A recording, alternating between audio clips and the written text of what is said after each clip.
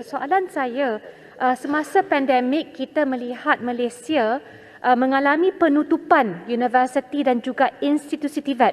Ini mengakibatkan latihan praktikal yang memerlukan penggunaan peralatan di universiti dan pusat latihan terganggu.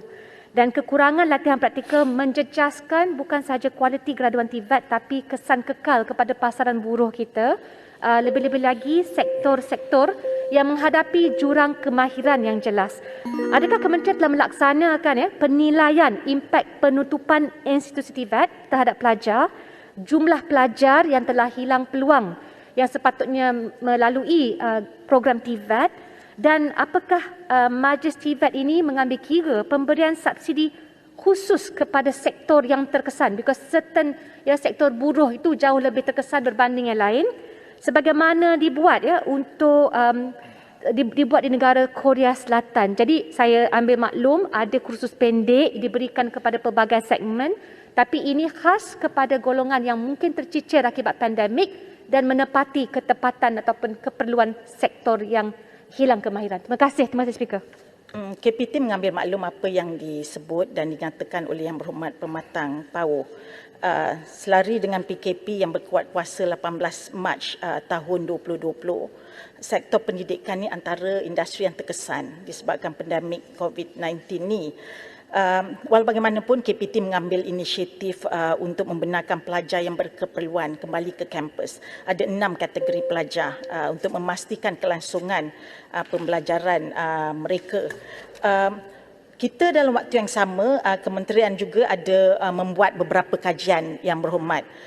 KPT melalui JPT dengan kerjasama MQA dan Majlis Ketua-Ketua pembelajaran IPTE Malaysia sebenarnya sekarang ni tengah menjalankan satu kajian kualiti pengajaran dalam talian semasa pandemik COVID-19 di IPT, dan objektif utama kajian ini adalah untuk mengenal pasti faktor yang mempengaruhi kualiti pembelajaran dalam talian, keberkesanan serta kesediaan pelajar, tenaga pengajar dan IPT untuk meneruskan pelaksanaan pembelajaran dalam talian.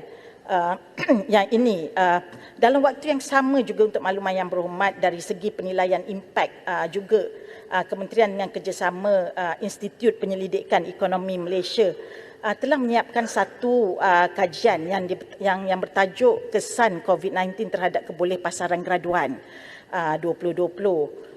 Ini sudah semestinya objektif utama kajian ini untuk mengenal dan mengkaji kesan COVID-19 terhadap kebolehpasaran. Saya nak kongsikan beberapa dapatan. Antara dapatan kajian ini menunjukkan pada tahun 2020 berlaku sedikit pengurangan 17.4% bagi graduan bekerja berbanding dengan tahun 2019. Pengurangan itu adalah sebanyak 17.4%.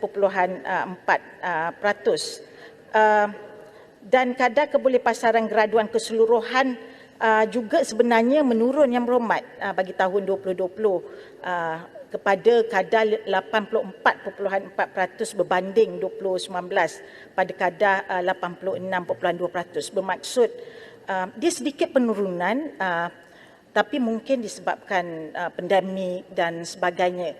Tapi keseluruhan untuk graduan TVET ni memang sangat tinggi dan boleh kita banggakan di Malaysia ni kalau kita bandingkan dengan universiti yang lain.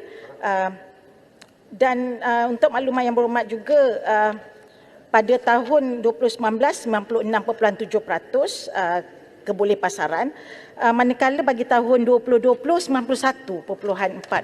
Dia masih lagi above 90% dengan izin. Dan melalui peruntukan penjana ada 2 program untuk tingkatkan latihan dan juga latihan semula, iaitu KPT CAP dan juga KPT PACE. Tujuan dia untuk dapat kita tingkatkan kemahiran pelajar. Ini supaya senang laluan dia untuk kemasukan ke alam pekerjaan. Mengenai subsidi pula Yang Berhormat, subsidi ini saya akan panjangkan kepada jawatankuasa ini kalau mungkin boleh diperbincangkan dengan lebih lanjut, dan apa juga cadangan-cadangan oleh JITC ini pada kementerian nanti. Terima kasih.